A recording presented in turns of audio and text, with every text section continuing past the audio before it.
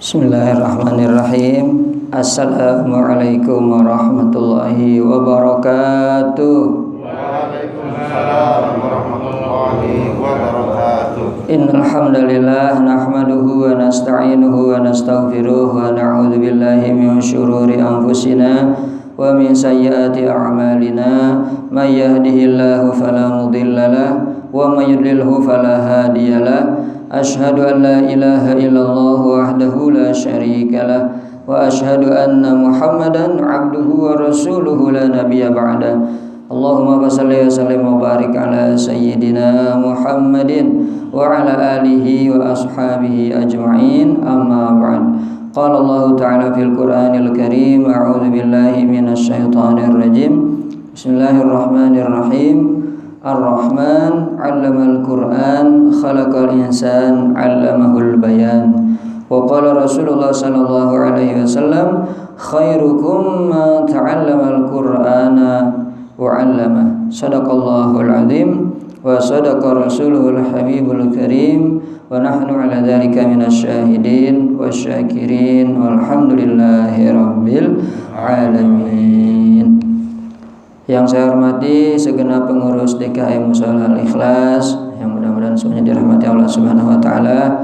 Yang saya hormati para asatidz, para hujjat, para alimul ulama, bapak-bapak, hadirin jamaah salat subuh yang dirahmati Allah Subhanahu wa taala. Di pagi hari ini, pagi yang sejuk ini, mari sama-sama kita bersyukur kepada Allah Subhanahu wa taala karena Allah telah membangunkan kepada kita, memberikan kepada kita kesehatan sehingga alhamdulillah kita dapat melaksanakan sholat subuh berjamaah, dan mudah-mudahan kita bisa isi waktu kita dengan bersama-sama thalabul ilmi, kita mengisi dengan belajar ayat-ayat Al-Quran. Mudah-mudahan ini semua bermanfaat buat kita semua. Salawat dan salam kita sampaikan kepada junjungan kita yang mulia Nabi Muhammad sallallahu alaihi wasallam. Mudah-mudahan kita yang hadir di sini kelak mendapat syafaat dari Rasulullah sallallahu alaihi wasallam. Baiklah para jamaah sekalian, sebelumnya mari sama-sama kita bersalawat kepada Nabi Muhammad sallallahu alaihi wasallam.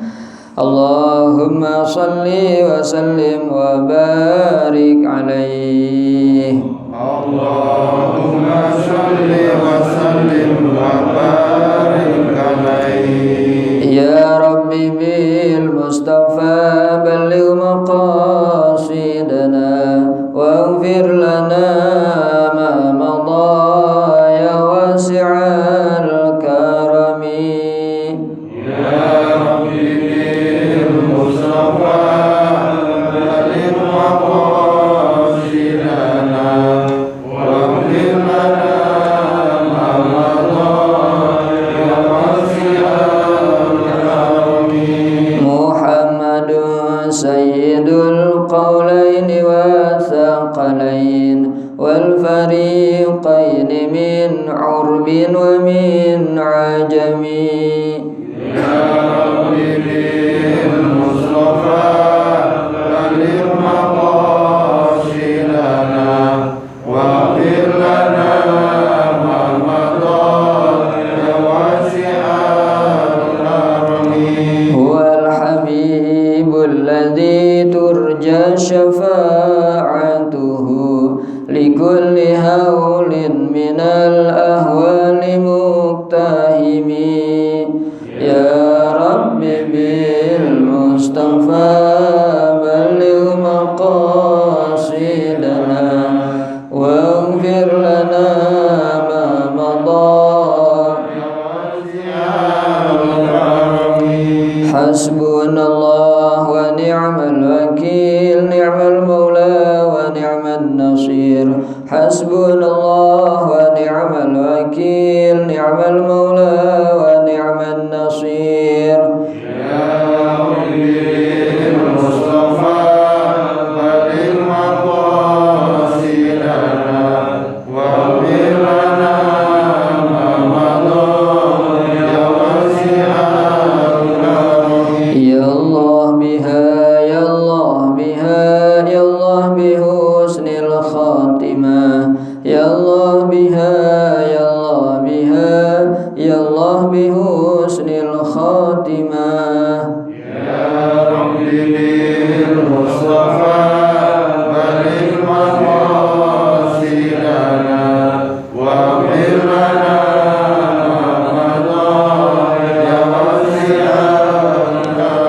Allahumma salli wa sallim wa barik alaihi. Rabbi shrah lana sadrana wa yassir lana umurana wa hlul 'uqdatam min lisanina yafqahu qawlana. Allahumma iftah lana hikmataka wa anshur alaina rahmataka min zani rahmatika ya dzal jalali wal ikram. Para jamaah sekalian, mari sama-sama kita baca doa. Mudah-mudahan Allah selamatkan kita dari segala macam mara bahaya, segala macam penyakit ya. Diikutin bersama-sama. Bismillahirrahmanirrahim. Bismillahirrahmanirrahim. Bismillahilladzi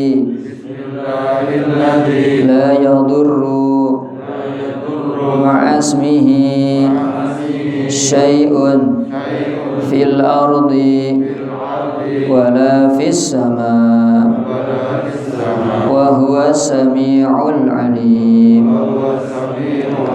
Bismillahilladzi la yadurru ma'asmihi syai'un fil ardi wala fis sama wa huwa sami'ul alim.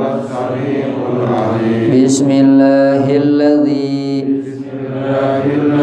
la yadurru ma'asmihi syai'un fil ardi wala fis sama wa huwa sami'ul alim. Jemaah sekalian yang dirahmati Allah Subhanahu wa taala, alhamdulillah. Apa kabar di pagi hari ini? Sehat walafiat. Mudah-mudahan semuanya sehat walafiat. Kita bisa lanjutkan di pagi hari ini. Waktu syuruknya kalau nggak salah jam 5:31 ya. Betul nggak? Situ ada? Oh nggak ada. Saya kasih tahu kalau gitu. Lewat 31. Jadi kita masih punya waktu 30 menit lagi mudah-mudahan ya. Sebelumnya saya sedikit ingin cerita aja ya. Nggak lama kemarin saya alhamdulillah takziah ke rumah teman yang sedang orang tuanya meninggal dunia, yaitu daerah Lampung, daerahnya Pak Agus nih ya, Mesuji, Woi Serdang, Kampung. Di sana yang dapat saya ambil hikmah yaitu saya mampir ke rumah teman di Lembu Kibang, yang dimana di sana itu dia mempunyai lembaga pendidikan. Tapi pas sampai ke sana saya kagetnya pas buka pintunya kayak udah lama nggak dibuka, halamannya rumputnya pada tinggi. Kata ini sekolah masih jalan apa enggak ini? Melihat plafon udah pada jeplak begitu. Waduh, ini kayaknya sekolah udah lama nggak di ini. Tapi pas saya ke dalam ada anak sekolah. Ternyata setelah saya ngobrol-ngobrol cerita, katanya, ya Ustadz, ini muridnya tinggal 10 orang. Murid tinggal 10 orang. Tahun ini bahkan nggak dapat murid Ustadz. Mungkin kemungkinan tahun depan sekolahnya akan tutup. Kata saya, ya Allah, perjuangannya berat amat ini ya. Sekolah udah mau ini. Emang kenapa bisa jadi begini Ustadz? Saya tanya. Oh, di sini dulu pernah jaya, muridnya pernah rame sampai 200 orang. Sekarang tinggal 10 orang. Ternyata memang perjuangan di daerah itu lebih berat ya, lebih berat, lebih banyak perjuangan, di mana memang di setiap daerah itu selalu ada kendalanya ya, terutama masalah perbedaan-perbedaan. Jadi masalah perbedaan ini jangan sampai menjadi hal yang utama. Dalam hal beragama itu kita cari persamaannya ya. Kalau di dalam Al-Quran di surat Al-Kafirun Allah berfirman, lakum dinukum waliyadin, bagimu agamamu, bagiku agamaku. Ini berlaku bukan untuk kita sesama muslim ya. Bagi sesama muslim bukan lakum dinukum, Lakum dinukum itu antara muslim dengan orang kafir. Lakum dinukum waliyadin. Kalau sesama muslim, kita simbolnya adalah innamal mu'minuna ikhwah. Sesungguhnya orang yang beriman itu adalah bersaudara, ya, bersaudara. Yang penting imannya dulu yang disamakan. Jadi di sana itu kendalanya memang tantangannya banyak. Pertama, banyak sekali golongan-golongan, ya. Di sana banyak. Saya nggak bisa sebutkan kali ya. Sampai golongan asli pribumi aja masih jadi masalah juga. Karena yang paling susah di ini begitu. Sampai itu sekolah ngalah jadi sekolah. Masing-masing kelompok punya sekolah masing-masing. Sekolah kelompok ini, sekolah kelompok ini. Akhirnya kalau teman saya ini kebetulan dia netral, kata dia saya mau ke sono masuk, kemari masuk. Akhirnya malah itu, ya nggak bagian murid. Saya kasihan banget.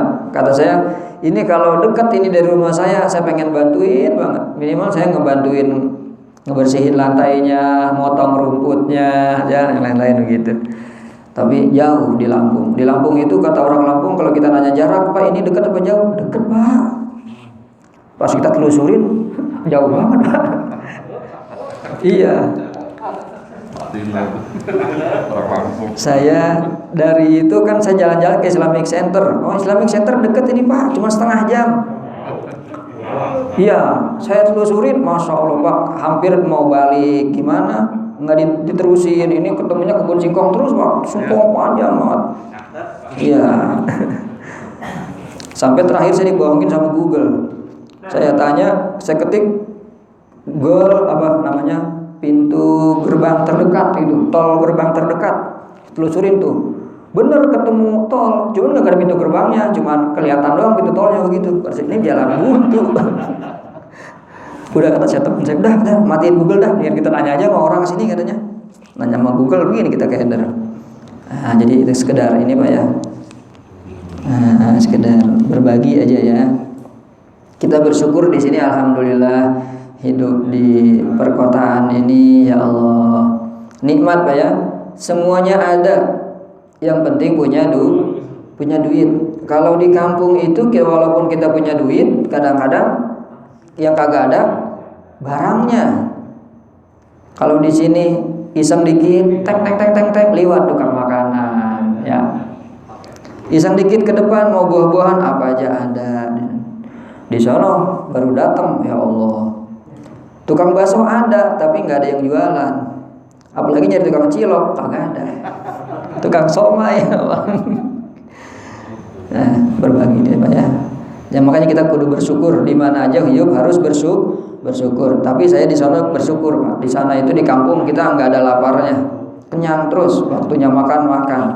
Sarapan pakai nasi tiwul. Nah, udah ketemu belum nasi tiwul Pak? Malam hari ini, pagi hari ini kita belajar ayat 44. Allah berfirman, wasta'inu bisabri wassalah wa innaha lakabiratun illa 'alal khashi'in. Yang artinya, jadikanlah salat dan sabar sebagai penolong. Walaupun wa innaha, dan sesungguhnya salat itu lakabiratun, sangat berat, kecuali atas orang-orang yang khusyuk. Kemarin ini di tulisan saya di sini sampai screen yang keempat. Sekarang kita masuk ke screen yang kelima. Di awal-awal dibahas tentang sabar ya. Sabar itu diantaranya adalah kita sabar dalam melaksanakan al-faraid, kewajiban-kewajiban kita kepada Allah Subhanahu wa ta'ala. Ya, dengan sabar ini ya kita dimudahkan dalam segala urusan. Berikutnya di screen yang kelima ini dibahas tentang wa qad rawahu Ibnu Jarir min hadithi Ibnu Jurayj an Ikrimah bin Umar an Muhammad bin Abi Qadamah an Abdul Aziz bin Al-Yaman an Hudzaifah qala kana Rasulullah sallallahu alaihi wasallam idza hazabahu amrun faza'a amrun faza'in ila shalah. Artinya bahwa Nabi Muhammad sallallahu alaihi wasallam jika beliau diuji oleh sebuah perkara, jika beliau diuji mendapatkan sebuah perkara yang faza'in ini yang bikin hati berdebar-debar, yang bikin hati kadang-kadang galau, ya, maka beliau menghadapi masalah tersebut dengan sholat, ya. Jadi kalau kita menghadapi kegalauan dalam kehidupan ini, mau curhat ke sono belum tentu selesai, curhat ke sini belum tentu selesai, maka hendaknya kita membawanya kepada sholat. Kalau dibawa dengan sholat, berarti kita kepada siapa kita menyerahkan? Kepada Allah Subhanahu wa ta'ala. Jadi kalau punya perkara begitu, sampai urusan yang sebesar-besarnya, bawa kepada sholat. Kita punya masalah dengan partner kita dalam kehidupan ini, dengan istri kita, dengan anak-anak kita, dengan masalah di tempat kerja, bawa kepada sholat, ya. Kemudian diriwayatkan juga oleh beberapa sahabat yang lain, yuqalu, akhirnya mursalan, ini hadisnya mursal dari Nabi Muhammad sallallahu alaihi wasallam,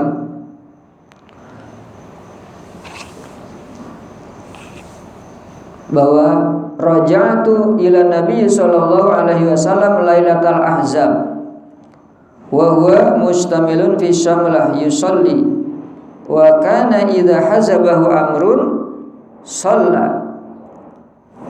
Jadi diriwayatkan oleh sahabat yang banyak, berkata Muhammad bin Abdul Dauli qala Abdul Aziz, sahabat Huzaifah, bahwa aku kembali bersama Nabi sallallahu alaihi wasallam, kembali kepada Nabi suatu malam di peperangan Al-Ahzab.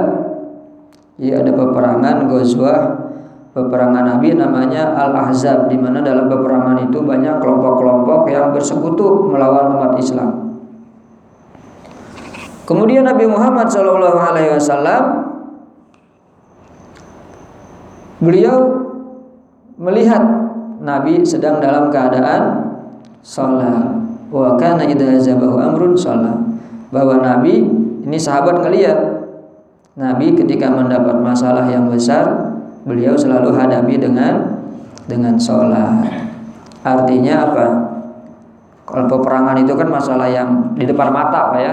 Depan mata. Peperangan zaman dulu itu berhadapan langsung, face to face, pedang lawan pedang.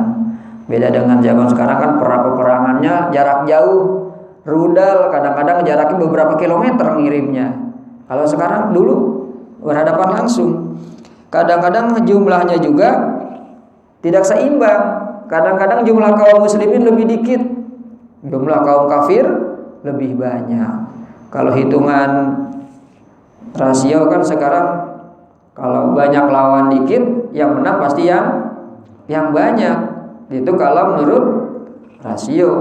Tapi begitulah, di zaman Nabi selalu terjadi seperti itu. Jumlah kaum muslimin lebih dikit. Di perang Badar kaum kafir hampir 1000-an, kaum muslimin cuma 300-an.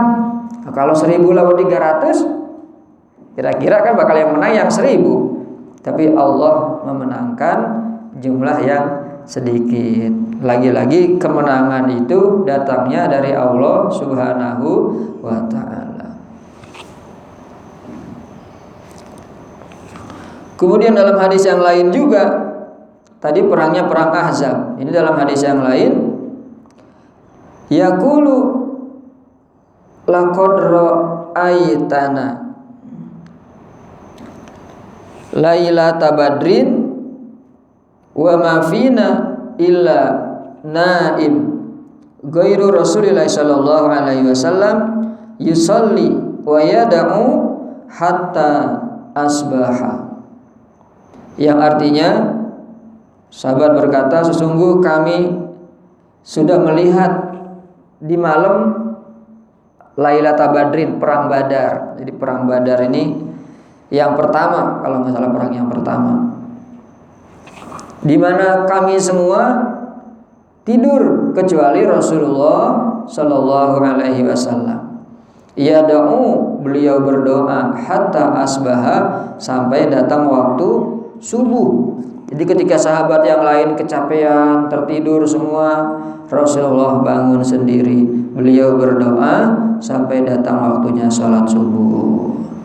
Subhanallah, begitu ya. Begitulah profil Nabi kita Muhammad sallallahu alaihi wasallam. Ketika beliau menghadapi suatu hal yang besar, yang kadang-kadang tidak terpecahkan dengan akal pikiran kita, disinilah kita sama Allah disuruh wasta'inu bisabri wassalah, jadikan sholat sebagai penolong. Kadang-kadang memang di luar pikiran kita. Aduh, bagaimana ya besok nih urusan, susah dipikirin.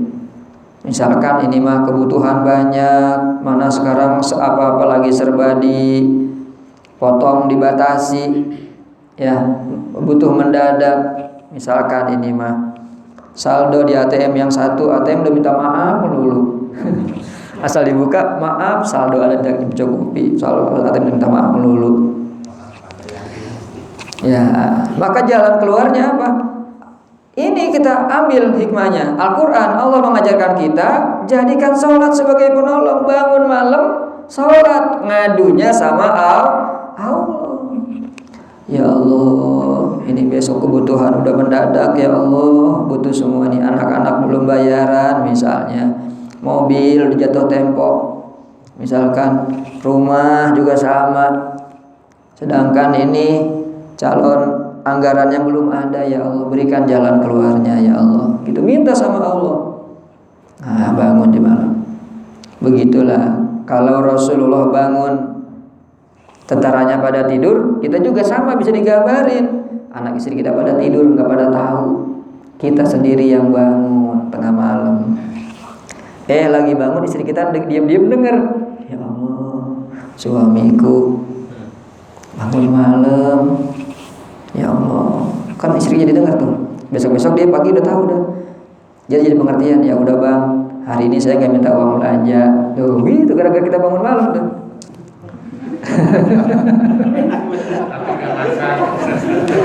Ya udah bang, hari ini saya nggak minta uang belanja, saya nggak usah masak, kita makan di restoran aja ya. Sama aja. Tapi minimal begitu ya, perjuangan itu memang harus kita dekat dengan Allah Subhanahu wa ta'ala. Saya mendapat cerita juga tuh di Asukriyah dulu, yang nyeritain anaknya almarhum. Kata dia, dulu ayah begitu. Mungkin si anak ini ngelihat ayahnya bangun malam punya masalah, mana ini sudah mau akhir bulan, kas sekolah lagi kosong, guru-guru perlu gajian, ngadunya sama Allah gitu. Ayah pernah nangis tuh katanya sambil bangun malam. Ya Allah, kita juga begitu Pak. Kalau kita sampai bisa, waduh istri ngedenger, mudah-mudahan banyak manfaatnya. Jadi jadikan sholat sebagai penolong. Qala Ibnu Jarir wa anhu alaihi salatu wassalam annahu marra bi Abi Hurairah. Dari Ibnu Jarir, beliau meriwayatkan suatu ketika Rasulullah sallallahu alaihi wasallam marra bi Abi Hurairah, beliau jalan ngelewatin Abu Hurairah wa huwa munbatih ala batni faqala lahu, ya apa ini kata-katanya ini jarang kedengar, jarang ini nih. Iskam qala na'am qala kum fasalli wa inna shalah syifa.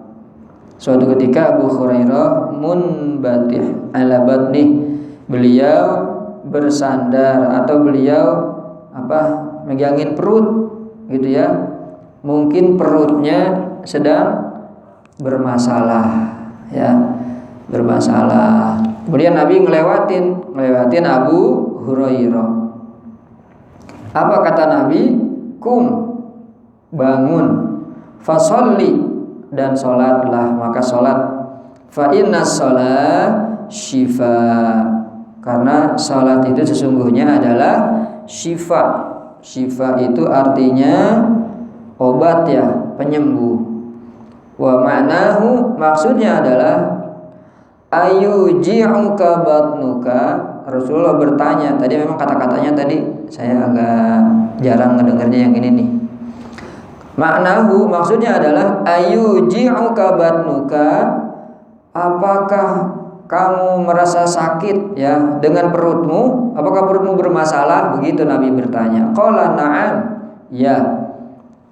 Jadi Rasulullah ngajarinnya disuruh bangun dan disuruh sholat. Ya Allah, sampai segitunya sholat itu bisa menjadi penyembuh. Itu Nabi langsung kepada Abu Hurairah. Kita juga bisa jadi begitu, Pak. Mungkin kita pernah merasakan penyakit atau sakit apa begitu ya. Bingung ini obatnya apa ini ya? Minum ini nggak sembuh, minum ini nggak sembuh. Pusing tapi susah ngobatinnya. Kadang-kadang kita sakit pusing ya, minumin bodrek nggak hilang, minumin yang lain nggak hilang juga pusingnya. Coba dibawa sholat ya. Jadi sholat itu kata Nabi bisa juga menjadi obat, karena dalam sholat itu ada gerakan-gerakan yang sebenarnya itu adalah kesehatan. Seperti kalau kita sujud, nah itu katanya ada saraf yang memang tidak teraliri darah kecuali kita dalam keadaan sujud. Kita kan jarang-jarang sujud. Kalau mungkin yang non muslim kali ya, mereka sujudnya meletakkan dahi di bawah itu jarang. Kesempatannya kapan coba? Kerja ya berduduk, jalan berdiri. Kapan sujud? Nggak ada. Kalau kita mudah-mudahan sujudnya ikhlas dan tumanina. Makanya sujud harus tumanina. Sujud yang tenang sujudnya. Orang itu kalau sedang tenang kan semua saraf-sarafnya berfungsi. Tapi kalau kita nggak tenang, dalam keadaan tegang, itu banyak saraf yang tidak berfungsi. Makanya lakukan sesuatu dalam keadaan tenang ya. Seperti sholat itu kata Nabi, kita nggak boleh datang ke sholat dengan berlari, nggak boleh. Di dalam surat Al-Jumu'ah Allah berfirman, wa idza nudiya lis-shalah mi yaumil jum'ah fas'au ila dzikrillah. Kalau kita dipanggil sholat Jumat, fas'au, maka berusaha. Is'au ini bukan diartikan disuruh lari. Fas'au ini berasal katanya bisa juga kepada artinya sa'yu, as-sa'i. Kan kalau sa'i dalam haji, dalam umroh lari-lari kecil, sa'i. Tapi kalau fas'au di sini maksudnya berusaha mendatangi salat dengan niat dan amal. Niatnya memang harus berusaha. Berarti kalau sholat Jumat itu dari pagi kita udah niat bersungguh-sungguh pengen ke Jumat. Makanya banyak usahanya, ada mandi sunnah, motong kuku, pakai wangi-wangian. Artinya sholat Jumat itu harus benar-benar, jangan asal aja, harus sungguh-sungguh karena pahalanya banyak. Begitu. Nah, begitu juga sholat yang lain, kita nggak boleh lari. Kata Nabi, jalan. Karena kalau kita lari, pasti sholatnya juga deg-degan hati kita, deg. Sisa capek larinya. Sholat masih capek. Kata Nabi, jalan bisakinah wal waqar, dengan tenang. Kenapa? Nanti kalau sudah tenang jalannya sampai ke sini, sholat sedapatnya, dapat serokaat ya serokaat. Maksudnya ngikut imamnya. Dapat 2 rakaat ya 2 rakaat. Kalau nggak dapat sama sekali, nggak apa-apa, bikin sholat baru, bikin jamaah baru. Tetap keutamaan sholat jamaah kita dapat. Yang Allah lihat itu adalah usaha kita bagaimana datang ke sholat jamaah. Jadi begitu. Makanya sholat ini adalah syifa. Sholat ini adalah obat ya. Kemudian juga Qala Ibnu Jarir hadatsana Muhammad bin Ala wa Yaqub bin Jarir Ibrahim. Qala hadatsana Ibnu Aliyah hadatsana Uyainah bin Abdurrahman an Abi anna Ibnu Abbas na'a ilaihi akhuhu qasma wa huwa fi safar fastarja'a thumma tanaha 'anit tariq fa anakha fa shalla rak'atain atala fihi mal julus thumma qama yamshi ila rahilatihi wa huwa yaqul wasta'inu bis sabri was salah wa innaha lakabiratun illa 'alal khashiyin. Ini juga diceritakan tentang Ibnu Abbas. Ibnu Abbas, siapa Ibnu Abbas? Kalau Abbasnya mah paman Nabi. Kalau Ibnu Abbas berarti sepupunya Nabi Muhammad SAW. Ibnu Abbas itu anaknya Abbas, berarti sepupunya Nabi Muhammad SAW. Na'a ilaihi akhu fatama wa huwa fi safar qasmun. Jadi ini ceritanya begini, Ibnu Abbas saudaranya ini mengeluh kepada dia tentang sesuatu di dalam sebuah perjalanan. Fastarja'a, dia pengennya minta pulang, ya, minta pulang. Tsumma tanaha 'anit thariq, yang enggak pengen ngikutin perjalanan. Fa anakha fa shalla rak'atain. Lalu apa yang dilakukan Ibnu Abbas?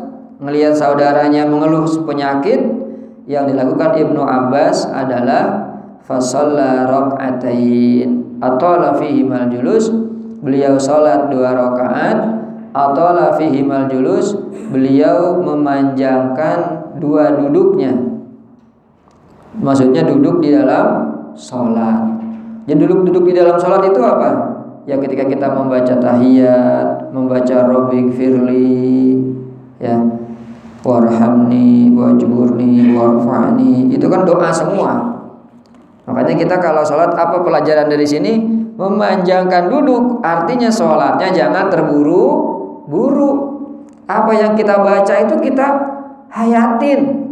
Artinya kalau kita hayatin, sholat itu adalah doa. Rabbik firli warhamni, ya Allah ampunin saya, warhamni rahmati saya, wajburni berkahilah saya rezekinya ya Allah, warfa'ni angkat derajat saya, warzukni berikanlah saya rizki, wahdini berikan saya petunjuk, wa'afini berikan saya kesehatan, afiat, wa'fu anni juga ampunin saya, maafkan saya ya Allah. Itu kalau kita resepin, semuanya udah kita minta di situ. Derajat naik. Kan ada orang bingung, kok derajat saya nggak naik-naik ya? Karena apa? Karena yang dianggap derajat di depan manusia. Kalau ngarepin derajat di depan manusia, ya susah ngangkatnya. Tapi yang kita minta adalah derajat di hadapan Allah Subhanahu wa ta'ala. Kalau Allah yang sudah mengangkat derajat kita, tidak ada satu makhluk pun yang bisa nurunin. Tapi kalau manusia yang ngangkat, gampang banget kalau Allah mau nurunin, ya. Kita lanjut screen ke-7, screen ke-8. 3 lagi ya. Ini sudah lewat 28. Wa qala Sunaid an Hujjaj an Ibnu Jarir wasta'inu bis sabri was shalah. Jadikan sabar dan sholat sebagai penolong. Innahuma ma'unatani ala rahmatillah. Dua-duanya akan menjadi penolong kita atas rahmat Allah, berkat kasih sayang Allah Subhanahu wa ta'ala. Kemudian diterangkan ini oleh Imam Ibnu Katsir, domir wa innaha, sesungguhnya ia ini haknya kembali kepada aidun ila shalah. Ini disebutkan oleh Mujahid, beliau ulama tafsir, dan diterangkan juga oleh Ibnu Jarir. Wa yahtamilu ayyakuna aidan ala ma yadullu alaihi al-kalam wa huwa al-wasiyah bidzalika. Maksudnya Allah kuatkan kembali kepada salat bahwa karena Allah ingin berwasiat kepada kita bahwa sesungguhnya salat itu memang benar-benar bisa menjadi penolong kita. Allah berfirman di dalam kisah Qarun, wa qala alladziina utul ilma wailakum thawabullahi khairul liman amana wa amila shalihan wa la yulaqaha illa sabirun. Dan berkata-kata para ahli ilmu, ya, wailakum sawabullah, ketahuilah celaka, karena ketika itu di zaman Qarun banyak orang yang mengagung-agungkan harta. Qarun itu dengan hartanya yang begitu banyak, konon cerita kuncinya aja itu, kunci gudangnya Qarun dibawa oleh unta. Saking banyak itu kunci, nggak kuat bawa dia sendiri. Qarun tuh saking kayanya, ya. Kalau kita mau kuncinya pakai remote, nggak pakai unta, tinggal pencet aja zaman sekarang, ya. Kata orang ahli ilmu, celaka bagi kalian yang mengagung-agungkan harta. Sungguh sawabullah, pahala dari Allah, khairun, lebih baik, liman amana wa amila sholihah, bagi orang yang beriman dan beramal soleh. Wala yulaqaha, dan tidak akan menemukannya kecuali orang-orang yang sabar. Jadi bagi kita orang yang beriman harus yakin pahala dari Allah lebih besar daripada harta dunia. Nih, apa aja yang kita milikin sekarang yang di rumah itu nggak ada apa-apanya dibanding pahala dari Allah. Apalagi nih pahala sholat subuh. Kan kata Nabi, rakaat al-fajri khairu minad dunya wa ma fiha. Kita dapat 2 rakaat fajar, 2 rakaat subuh, itu lebih utama dari yang kita milikin. Makanya kalau yang kita milikin sekarang, ya kita bersyukur kita punya begitu. Tapi jangan terlalu nyantol di hati kita, menjadikan kita bangga, menjadikan kita sombong. Jangan sampai, ya. Itu tidak ada apa-apanya dengan apa yang nanti kita terima oleh Allah Subhanahu wa ta'ala. Dari sekarang kita udah bayangin Pak, tabungan kita, nanti kita bakal ketemu istana yang gak pernah ada di dunia, bakal ketemu buah-buahan yang enak, super lezat, makanan-makanan. Kita akan ketemu pasangan-pasangan yang subhanallah di dunia nggak bakal didapetin, ya. Jadi begitu. Orang-orang yang beriman dan beramal soleh, dan tidak akan mendapatkannya kecuali orang-orang yang sabar dalam menghadapi kehidupan, dalam beriman dan lain-lain. Kita lanjut ke screen yang ke-9. Wa ala kulli takdir faqauluhu ta'ala wa innaha lakabira, ay masyaqqah saqilah illa 'alal khashiin, bahwa salat itu memang kabirah, berat. Masyaqqah saqilah, masalah yang berat, saqilah, illa 'alal khashiin, kecuali orang-orang yang khusyuk. Siapa yang khusyuk? Para sahabat menerangkan, Ibnu Abi Thalhah, Ibnu Abbas, orang yang khusyuk yakni al-musaddiqin bima anzalallah, orang-orang yang musaddiq, yang percaya dengan apa yang Allah turunkan. Al-mu'minina haqqan, orang-orang yang benar-benar beriman, berkata Imam Mujahid. Illa 'alal khashiin al-khaifin. Khashiin diartikan juga al-khaifin, orang-orang yang takut kepada Allah. Diterangkan juga al-khashiin yakni al-mutawadhi'in, orang-orang yang tunduk, merendahkan diri kepada Allah Subhanahu wa taala. Wa innaha saqilah, salat itu sangat besar, sangat berat. Illa 'alal khadi'ina li ta'atih al-khaifina sata'atih al-musaddiqina bi wa'dih wa wa'idih, orang-orang yang tunduk, merendahkan diri karena taat kepada Allah, yang takut dengan azab Allah, yang percaya dengan janji dan ancaman Allah. Jadi salat itu akan menjadi ringan.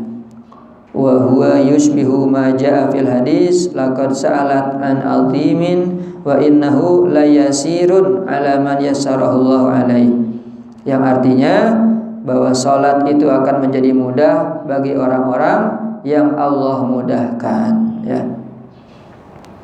Kemudian ini screen yang 10 sebelum terakhir. Ma'nal ayah wasta'inu ayyuhal ahbar min ahlil kitab bihabsi anfusikum ala ta'atillah wa biqamati salah al-mani'ah min al-fahsya wal munkar al-muqarribah min ridallah al-azimah iqamatuhu. Ini salat juga bukan hanya kepada orang yang beriman, kepada al-ahbar. Al-ahbar itu min ahlil kitab, para pendeta dari ahlul kitab, ya. Kepada mereka juga disampaikan untuk mendirikan sholat, untuk beriman kepada Allah, ya, dengan taat, takut kepada Allah Subhanahu wa ta'ala. Hakadha qala wa zahir anal ayah wa in kanat khitaban fi siyaqi ingdari Bani Israil. Walaupun ayat ini kadang-kadang ditujukan khitabnya kepada Bani Israel, fa innahum lam yaqsudu biha ala sabilil takhsis, tidak khusus kepada Bani Israel. Wa innama hiya ammah lahum wa li ghairihim wallahu a'lam. Sesungguhnya ayat ini umum, baik bagi Bani Israel juga bagi kita semua orang-orang yang beriman, ya. Demikian Bapak-Bapak sekalian, alhamdulillah sudah kita pelajari screen demi screen tafsiran dari ayat surat Al-Baqarah, ya.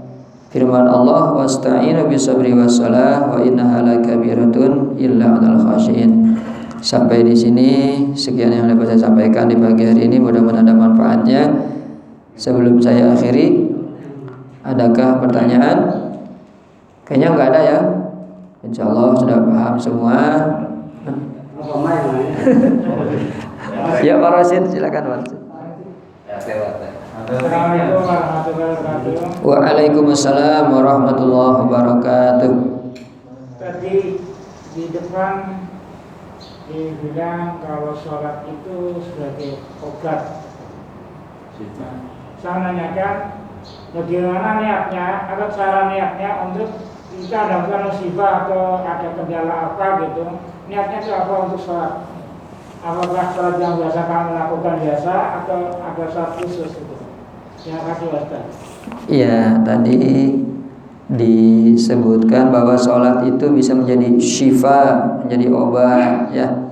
Kemudian bagaimana kalau kita ingin sholat tapi sedang dalam ada masalah nih, apakah digabung di sholat fardu biasa atau terpisah gitu, ya. Ya, jadi kalau dari yang kita baca tadi bahwa Nabi Muhammad itu setiap ada masalah beliau sholat. Tadi sholatnya di dalam dua riwayat tengah malam tadi, ya. Kalau tengah malam tentunya mungkin bukan sholat fardu, ya, walaupun bukan halangan di sholat fardu pun kita berdoa kepada Allah Subhanahu wa ta'ala. Jadi sebenarnya bukan hanya di sholat malam, tapi di saat kapan saja kita ada masalah kita sholat. Kayak tadi yang Abu Hurairah sakit perut disuruh sholat. Kalau kita sakit perut minum Oskadon. Oskadon, ya? Oh, sakit kepala. Salah. Salah sasaran. Iya, salah sasaran. Makanya nggak sembuh. Disuruh sholat. Jadi sholatnya bisa di selain sholat fardu. Nah, niatnya adalah sholat sunnah. Sholat sunnah itu ada sholat sunnah yang di luar yang rutin, itu namanya sholat sunnahnya sholat sunnah mutlak, ya. Sholat sunnah mutlak itu ya niatnya saya sholat sunnah aja, sholli sunnatan lillahi ta'ala gitu aja, rakaat ini lillahi ta'ala, sholli sunnah, saya niat sholat sunnah begitu. Kalau memang sholat sunnahnya yang sudah biasa, namanya sudah ada, ya hajat, ya sholat sunnah hajat, misalkan begitu. Sedang punya hajat nih, hajat itu artinya kebutuhan. Kebutuhannya apa? Ya tadi karena ada masalah. Satu lagi. Ya. Butuhnya tambah satu lagi. Oh, butuhnya tambah satu lagi begitu. Iya. Jadi termasuk kemarin Pak, saya jalan di Lampung itu ada 2 teman saya yang memang sudah punya 2 kosnya. Bagus lah. Iya. Jadi itu alasannya apa? Jadi dia itu ada anak yatim, dia pelihara anak yatim. Kok anak ini nangis terus katanya? Kenapa nangis? Kangen sama mama, begitu. Ya udah akhirnya mamanya diajak sekalian. Dia tuh anak yatimnya nggak nangis. Jadi begitu. Kapan begitu? Ya, jadi Jadi niatnya silakan Pak ya, niat sholat